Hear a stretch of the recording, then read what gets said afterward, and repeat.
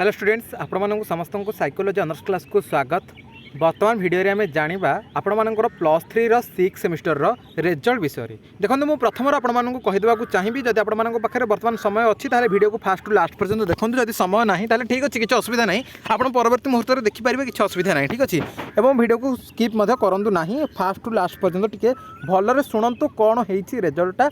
वर्तमान वीडियो रे मु संपूर्ण भाबरे आपण मानकु जणाइ देबी।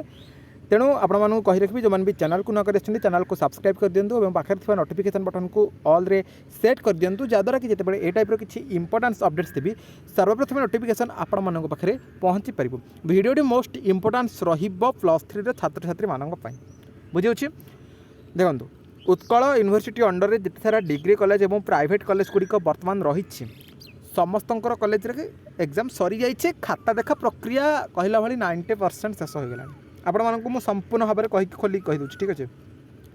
पाखापाखि 85 ରୁ 90% खाता देखा सरी गलानी।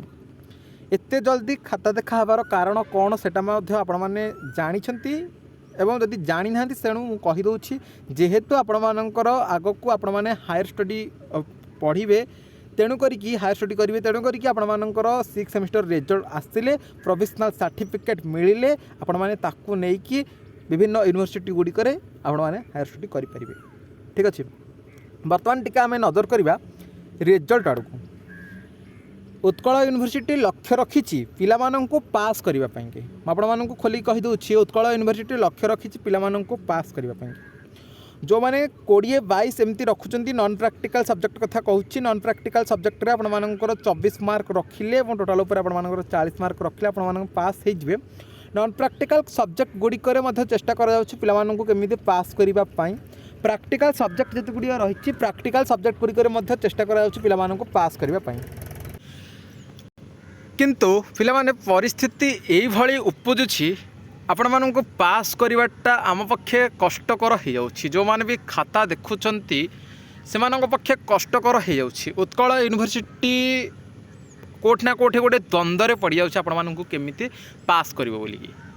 कारण से ही भली भाव में आपण माने लिखि नाहंती जो भली भाव में आपण मानक पास मार्क दिया जिवो। दुईटा पेपर रे बैक लगी जाइछि पिला मानकर।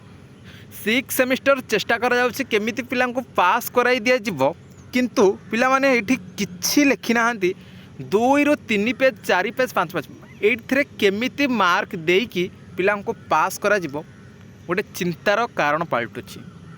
आ कोठी ना कोठी चेष्टा मध्य करा जाउछि केमिति पास करिबा पई, किंतु पिला माननको पास मार्क दबा मध्य कष्टकर हो जाउछि। केमिति पास मार्क दिया जिवो जदि आपण माने 18 पेज 20 पेज 22 पेज एमिति लिखि थांते ताहले आपण माने निजे चिंता करंतु गोटे पेज को गोटे मार्क मिलिले मध्य आपण मानकर 18 पेज 20 पेज रे 18 मार्क 20 मार्क आसला है सेमिस्टर रे।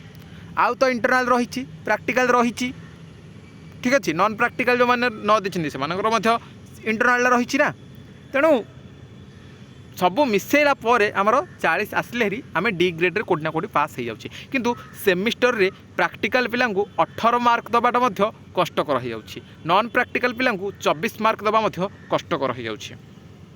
तथापि लक्ष्य रखी उत्कल यूनिवर्सिटी केमिति पास करने आपण मैंने समस्त केमिति पास करेंगे, किंतु कोठी ना कोठी द्वंद्व में पड़ जाउछन्ती। आपण मैंने से भली भाव में लिखि नाहंती सेतिकिटा आपण न लिखिबारु आपण मानकर बैक लागिछि। एवं जो माने भी भल लिखिचंती से मानकर बहुत भल रिजल्ट आछि। माने जो माने टिके लिखिचंती से मानको अधिका मार्क मिली। आपको मुझे कहीदे जो माने टिके भी लिखिचंती ना से मानको अधिक। जो माने 30 मार्क 20 मार्क लिखिचंती से मानको जो माने 20 मार्क लिखिचंती से मानको 30-35 मार्क माने मिल जाइछि। एही भली आपण मानकर रिजल्ट आछि। आपण मानकर रिजल्ट आसु तापर आपण माने जानि परिबे। कारण खाता देखा प्रक्रिया से भली भाव में चली मार्क मते से भली भाव में दिया जाउछि। किंतु पिला माने एकाथरे किछि भी लिखि नाहंती तो यही केमिति मार्क दिया जिवो। 2 पेज 4 पेज 5 पेज रे केमिति मार्क दिया जिवो। सी पुणी विभिन्न प्रकार माने बाहर जिनस माने पाठ रिलेटेड ही किछि लेखा जाई नाही। तथापि चेष्टा करा जाउछि पिला माने व्यस्त हवा किछि आवश्यक नाही। चेष्टा करा जाउछि कोठी ना कोठी आपण मानकु केमिति पास कराई दिया जिवो। किंतु जो माने बैक लगेबा पई योग्य ବ୍ୟାକ୍ ପାଇଁକି ଯୋଗ୍ୟ ବିବେଚିତ ଅଟନ୍ତି ସେମାନଙ୍କର ହିଁ ବ୍ୟାକ୍ ଲାଗିଛି। ଆଉ କପି ବହୁତ ସାରା ପିଲାଙ୍କର ମାନେ ପେପରରୁ ଆନ୍ସର ସିଟ୍ରୁ କପି ବାହାରୁଛି, କେଉଁଠି ନା କେଉଁଠି ଇମ୍ପ୍ରେସନ୍ ମାର୍କ ଗୋଟେ ଖରାପ ହେଉଛି, ତେଣୁ ସେମାନଙ୍କର ମଧ୍ୟ ମାର୍କ କଟାଇ ଦିଆଯାଇଛି। ଯେହେତୁ କପି ବାହାରୁଛି ତେଣୁ ସେମାନଙ୍କର ମାର୍କ କଟାଇ ଦିଆଯାଇଛି।